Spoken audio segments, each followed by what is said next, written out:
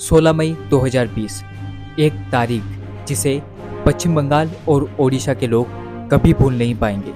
एक विनाशकारी तूफान जिसका नाम अम्फान, जिसने लाखों जिंदगियों को झंझोर कर रख दिया। अब आता है 19 मई 2021 का दिन। अरब सागर में एक विनाशकारी तूफान उठता है जिसका नाम होता है तोकते। इस तूफान ने गुजरात, गोवा, केरल, कर्नाटक और महाराष्ट्र में भारी तबाही मचाई। हालांकि तबाही का ये आलम अभी समाप्त नहीं होता है, क्योंकि एक के बाद एक भीषण चक्रवाती तूफान मई के महीने में बन रहे थे। ऐसे में सबसे पहले फानी बनता है, फिर आता है यास और फिर बनता है बिपरजॉय। इन तूफानों ने बताया कि किस तरह से जब प्रकृति अपनी पर आती है तो वो किसी को नहीं बख्शती।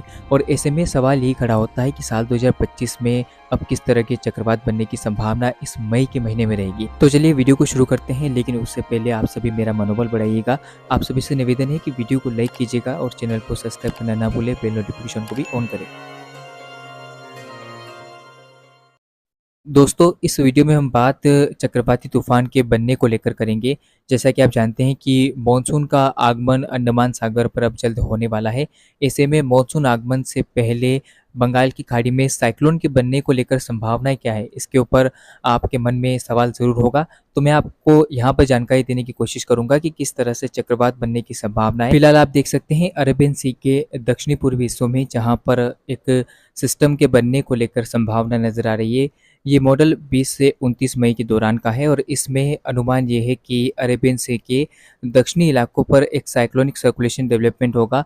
उसके बाद ये सिस्टम इंटेंसिफाई होता हुआ लो प्रेशर एरिया बनता हुआ आपको नज़र आएगा। और उम्मीद ये है कि ये सिस्टम जब लो प्रेशर एरिया बनेगा तब मॉनसून का आगमन भी होने लगेगा। तो मॉनसून के आगमन के दौरान जब ये सिस्टम बनेगा तो काफ़ी ज़्यादा इंटेंसिफाई होगा और उम्मीद ये है कि ये सिस्टम जो है वो आगे बढ़ता हुआ उत्तर पश्चिम दिशा में साइक्लोनिक स्टॉर्म का रूप भी ले सकता है। फिलहाल ये तो रही संभावनाएं। अब चलते हैं बंगाल की खाड़ी पर, जहां पर भी एक सिस्टम बनने की संभावना नजर आ रही है। आप देख सकते हैं कि म्यांमार और उससे सटे हुए थाईलैंड के भागों पर एक सिस्टम काफ़ी ज़्यादा इंटेंस रूप लेकर नजर आ रहा होगा आपको भी। तो जीएफएस मॉडल ये दिखा रहे हैं कि ये सिस्टम जब इंटेंसिफाई होगा तो पहले ये बंगाल की खाड़ी के दक्षिणी भागों पर बनेगा, यानी कि अंडमान सागर के दक्षिणी हिस्सों में साइक्लोनिक सर्कुलेशन के रूप में डेवलपमेंट होगा। उसके बाद आगे बढ़ता हुआ ये सिस्टम धीरे धीरे जब कोस्टल एरियाज़ के पास पहुंचेगा म्यांमार के, तब ये सिस्टम जो है वो डिप्रेशन में तब्दील हो जाएगा और उम्मीद है कि वहाँ पर ये एक साइक्लोन का रूप भी ले सकता है। चूँकि तमाम हवाएं जो है म्यांमार की तरफ जाएगी तो साइक्लोन बन सकता है। आगे क्या संभावना रहेगी, चलिए जानते हैं।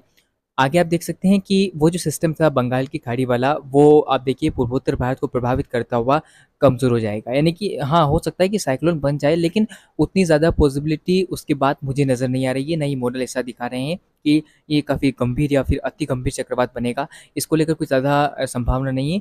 हालाँकि जब ये म्यांमार के आसपास रहेगा तो ये साइक्लोन का रूप ज़रूर ले सकता है। इतने चांसेस फिलहाल मॉडल के ज़रिए में नज़र आ रहे हैं। अब आप अरब सागर पर देखिए किस तरह से जिस सिस्टम की मैं बात कर रहा था, जिस सिस्टम की उम्मीद मुझे नज़र आ रही थी, वैसा ही हुआ। पहले ये सिस्टम आप देखिए लो प्रेशर एरिया दक्षिणी भागों पर डेवलपमेंट होता हुआ नज़र आ रहा था, लेकिन ये सिस्टम अब आगे बढ़ता हुआ धीरे धीरे साइक्लोन का रूप लेता हुआ नज़र आ रहा है। काफ़ी मोटे बड़े आकार का सिस्टम अरेबियन सी में नज़र आ रहा है और उम्मीद भी यह है कि ये सिस्टम जून के पहले सप्ताह में एक भीषण चक्रवाती तूफान का रूप ले सकता है। मौसम विभाग का इसके ऊपर अभी कोई भी ऑफिशियल अपडेट नहीं है, क्योंकि अभी बहुत लंबा समय है साइक्लोन के बनने को लेकर। लॉन्ग रेंज मॉडल अब मैं आपको दिखा रहा हूँ, ऐसे में इसमें बदलाव की संभावना रहेगी। अगर कोई भी बदलाव होता है तो मैं आपको तुरंत अपडेट करूँगा। हालांकि अब इसके ट्रैक की बात कर लेते हैं कि किस दिशा में ये सिस्टम जाएगा, इसको लेकर भी क्या कुछ उम्मीदें रहेगी। तो पहले जो ट्रैक हमें नज़र आ रहे हैं उसके ऊपर चर्चा करते हैं। सबसे पहला ट्रैक ये भारत की ओर आने की इसकी संभावना ज़्यादा रहेगी, क्योंकि जिस तरफ से हवाएं आएगी उस तरफ इस सिस्टम की जाने की संभावना रहेगी।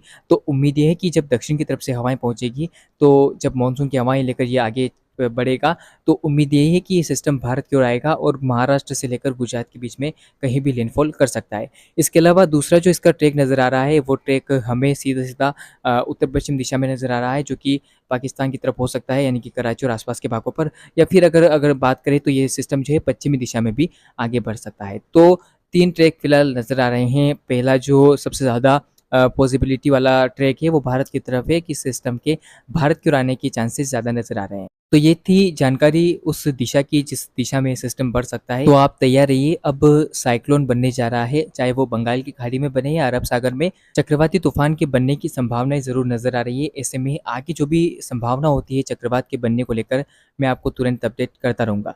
फिलहाल इस वीडियो में इतना ही। धन्यवाद।